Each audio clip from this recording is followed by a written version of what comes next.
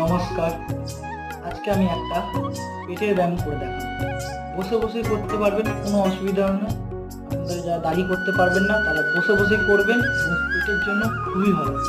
10 বার করবেন, তাতেই দেখবেন আপনার পেটে চরম প্রেসার পড়বে। কী করতে হবে? বসে যাবেন, পাটাকে সামনে মেলে দেবেন, হাতটাকে একটু পিছনে রাখবেন, ঠিক আছে?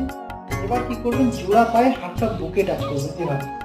1, ঠিক আছে, 2, 3, 4, 5,